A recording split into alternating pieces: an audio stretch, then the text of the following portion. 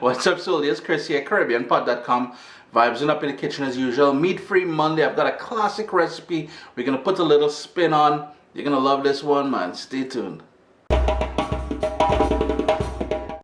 What's up, soldiers? Don't forget to click subscribe. If you've already clicked subscribe, hit that bell notification thing. I want to all you missing out on the new videos, man. Come on, click.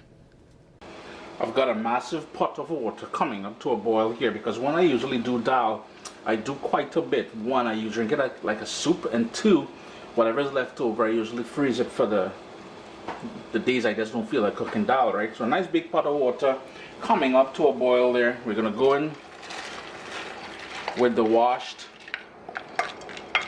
split peas. Basically, all you're doing, you're putting the split peas here in a bowl with water. And notice how the water is already going cloudy, and that is what we're trying to get rid of. So what I'm going to do, you're going to keep moving it around with your hands, pour that water out, and repeat until that water runs relatively clear. It's pretty much the same thing we do with rice before we cook it, as we've discussed in the past. My heat is on high because we want to bring this back up to a boil. And here we go, we're going to go in with that turmeric. Give that a quick stir. And turmeric is something we call, well, we sometimes refer to as being saffron or saffron in the Caribbean. It's not really saffron. Bring that up to a boil, and we have other ingredients to put in, but what I like doing is bringing this up to a boil. Then it's going to become, there's going to be like a frothy layer on the top there. We're going to skim that off, toss it out, and then put in the other ingredients so we don't, in skimming, sometimes we can get rid of some of that, and we don't want to get rid of those ingredients. It's come up now to a boil, and you're going to see that sort of foamy, frothy stuff I was talking about. So we're just going to skim that off down the sink. Just try and remove as much as you can. Don't fret too much if you cannot get everything out. The point is at least we get some of it. And there's just impurities and other jazz that's that's floating on the top there.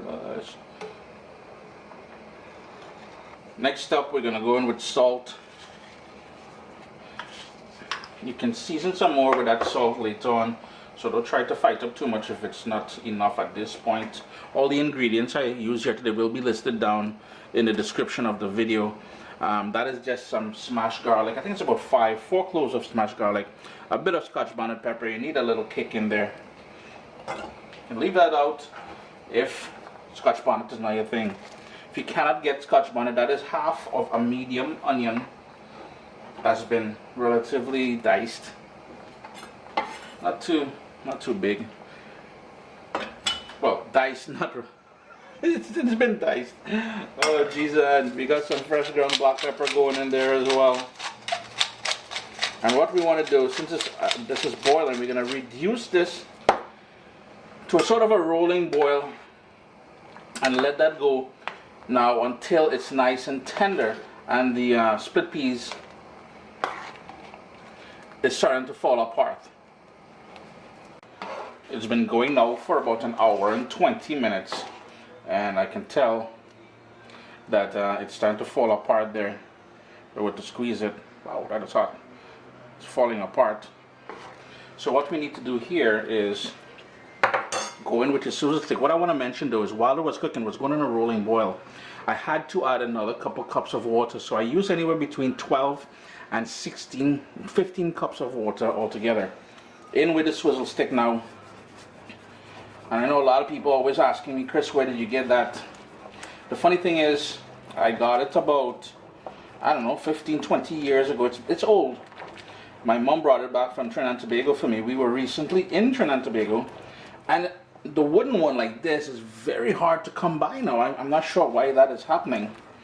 But if you don't have one of these, you can use an immersion blender, but pulse it.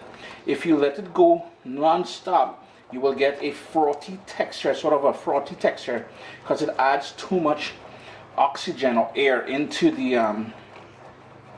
dal, and I cannot recommend that, to be honest with you. A whisk would probably work. I'm not too sure about it. I've never had to use that, but I'm just going to keep working this until it's nice and smooth. Just a last little swizzle on this here. Notice how nice and smooth it is now. And here we're going to change things up a little bit. Now, typically in the Caribbean, especially Trinidad and Tobago, they would go in with something called puy bhaji. I don't have access to puy bhaji, but what I do have is baby spinach and baby kale. So we're just elevating this thing here to new heights. Vegans, vegetarians, everybody's going to be loving this one here. And if I am not mistaken, this is totally gluten friendly as well, gluten free. We're going to give that a quick stir. Just want that to cook for a couple of minutes. We don't want to overcook this. If you cannot get access, now this is a pack, a mixed pack that I purchased at the grocery store with both the baby kale and the baby spinach in there. If you cannot get the baby kale, well, obviously use what's available to you. Any sort of spinach would work. If you're based in the Caribbean and you have choy bhaji or what our Jamaican cousins call Jamaican callaloo, you can use that as well. Here's where now you would taste it for salt. We didn't taste it before because after we added that spinach and that kale in there, you will need a little bit more salt. So taste it for salt at this point. We've got one more quick thing to do and then this is all done. And what I have here is some garlic, some olive oil, garlic, and some cumin seeds coming up to temperature that we want the garlic to almost burn, to go dark in color. I know it's probably one of the smallest frying pans you've ever seen, but that is what we're going to use to chunky or sort of temper or sort of add more flavor to the dal. This step is crucial. I assure you, you need to do this, because if not, that's just a split pea soup, and we don't want split pea soup, we want dal. And the whole idea now is to pour that on here and give that a good mix.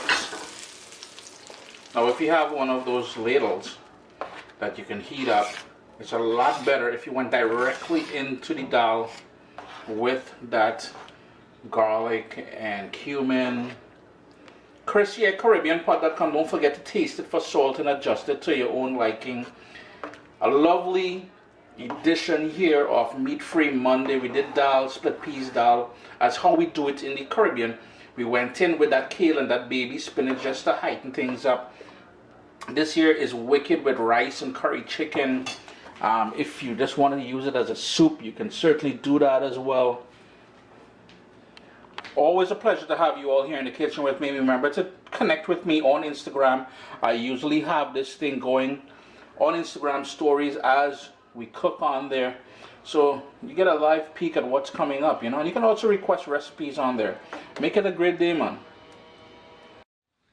My little baby is here. We've got cookbooks, guys. WestIndianFoodCompany.com. Get your copy today.